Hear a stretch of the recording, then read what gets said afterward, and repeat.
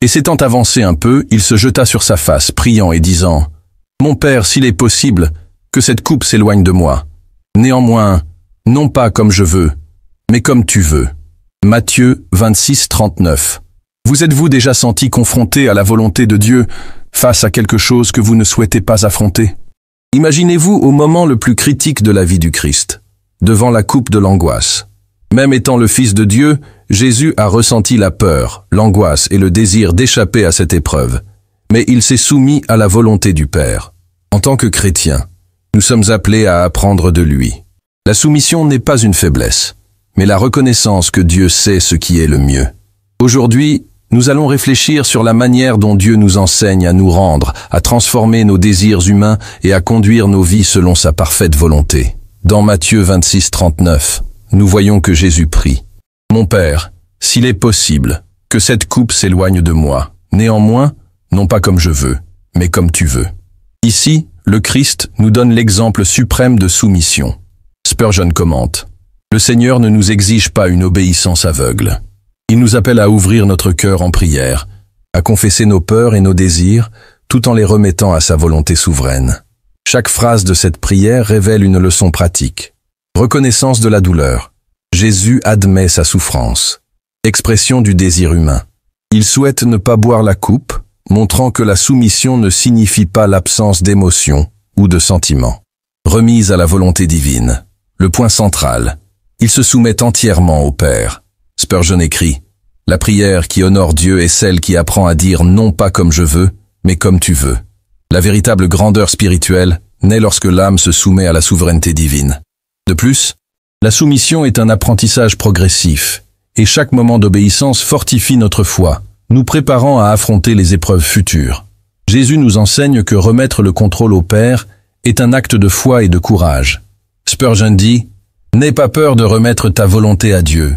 Plus nous nous rendons, plus nous expérimentons la paix. » La soumission n'est pas une défaite, mais le triomphe de l'esprit qui fait pleinement confiance à la fidélité de Dieu. Dieu nous enseigne la soumission à travers des expériences concrètes. Voici quelques applications pratiques. 1. Reconnaître notre fragilité. Admettre que nous n'avons pas le contrôle sur tout est libérateur. Comme le Christ, nous apprenons à présenter nos peurs et nos angoisses devant Dieu. Ne vous inquiétez de rien, mais en toute chose, par la prière et la supplication avec des actions de grâce, faites connaître vos demandes à Dieu. Et la paix de Dieu, qui surpasse toute intelligence, gardera vos cœurs et vos pensées en Christ Jésus. Philippiens 4, 6, 7. 2. Priez avec honnêteté. Dieu valorise notre sincérité.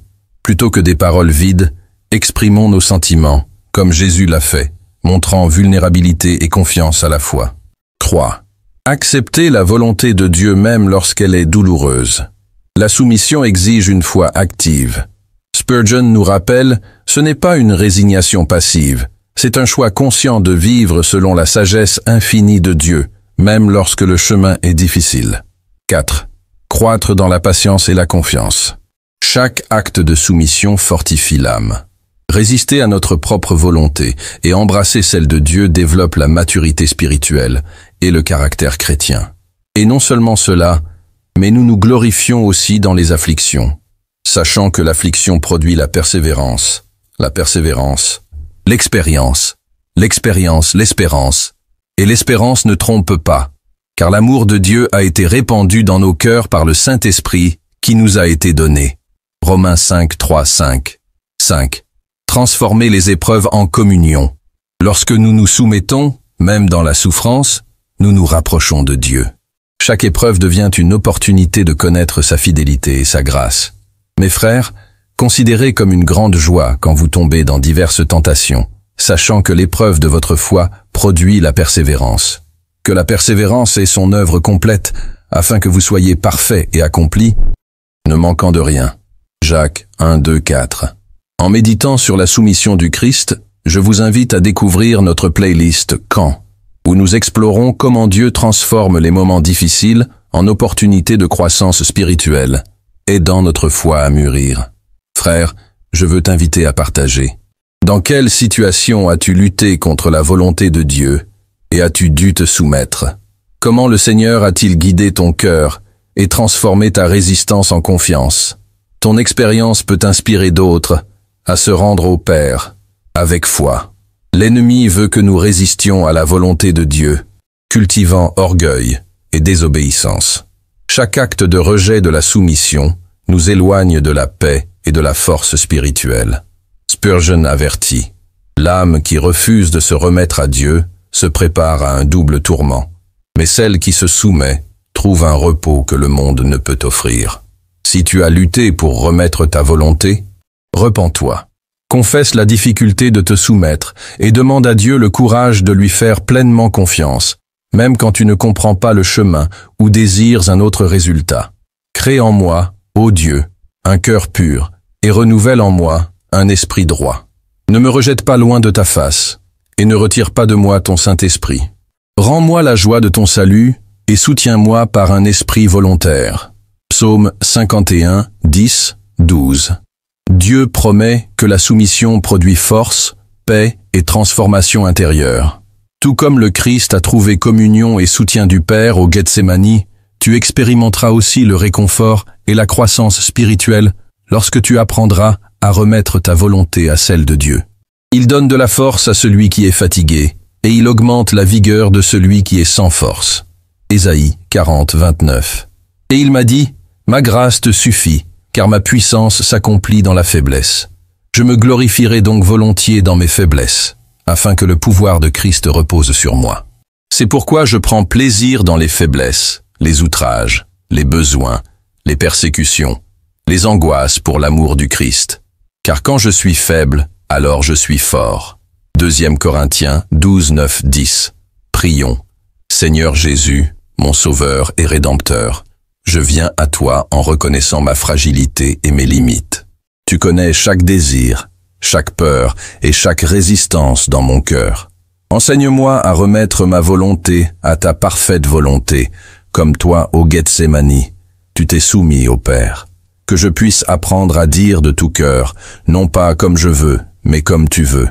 Père bien-aimé, fortifie-moi dans les moments de tentation et d'épreuve. Lorsque mon âme désire fuir la souffrance, aide-moi à rester ferme dans la foi et la soumission à toi. Donne-moi le courage de te faire confiance, même lorsque le chemin semble incertain, et la patience pour attendre ton temps et ta direction. Enseigne-moi à voir chaque difficulté comme une opportunité de croissance spirituelle, comme un instrument de ta sanctification dans ma vie. Saint-Esprit, guide mes pensées, mes paroles et mes actions, que je puisse prier non seulement avec mes lèvres, mais avec tout mon être, en pleine sincérité, reconnaissant que toi seul peux transformer mon cœur. Aide-moi à rester vigilant, humble et dépendant de toi, cherchant ta volonté en toutes circonstances. Seigneur, fais de ma vie un reflet de ta soumission parfaite, que mes actes, décisions et prières te soient agréables, et que je puisse glorifier ton nom par mon obéissance et ma foi. Soutiens-moi par ta grâce, console-moi dans mes angoisses, fortifie-moi dans mes faiblesses, et guide-moi dans la lumière de ta vérité, et qu'à la fin de chaque bataille, en affrontant chaque épreuve et en me soumettant à ta volonté, je puisse expérimenter la paix qui surpasse toute intelligence, la joie de ta présence et la confiance que tu contrôles tout. Au nom de Jésus, mon Seigneur et Sauveur, je prie et fais confiance. Amen. Partagez cette vidéo. Abonnez-vous à notre chaîne. Parcourez notre playlist, nous avons des dizaines de vidéos avec des études de Charles Spurgeon. Laissez également votre commentaire et votre like.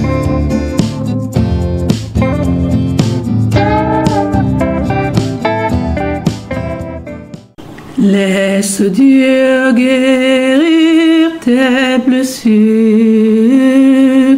laisse Dieu te consoler, et tu verras que tu auras la paix, et tu seras dans la joie en l'Éternel. Laisse-le, laisse-le guérir tes blessures, laisse-le, laisse-le te consoler, laisse-le, laisse-le guérir tes blessures, laisse-le, laisse-le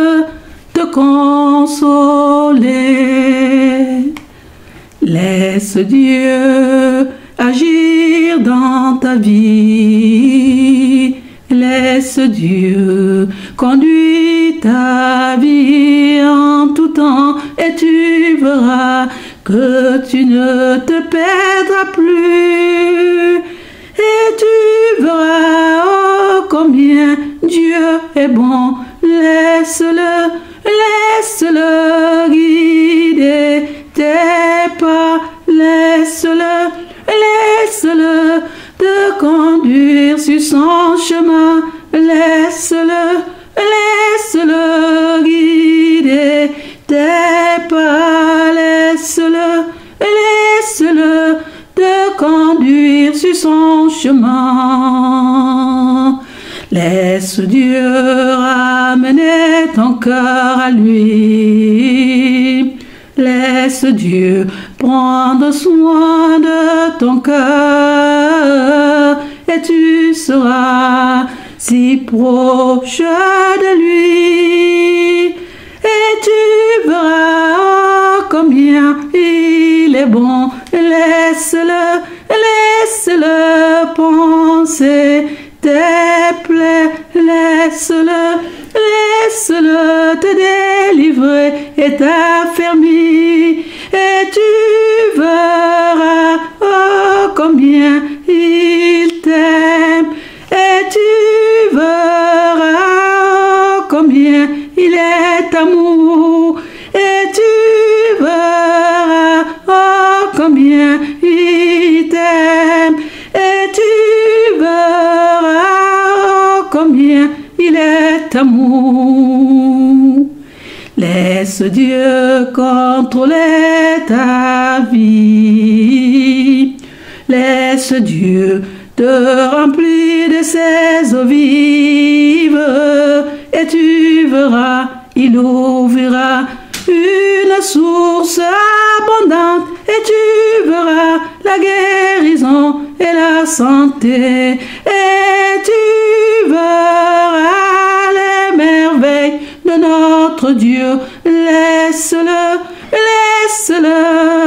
toucher ton cœur. Laisse-le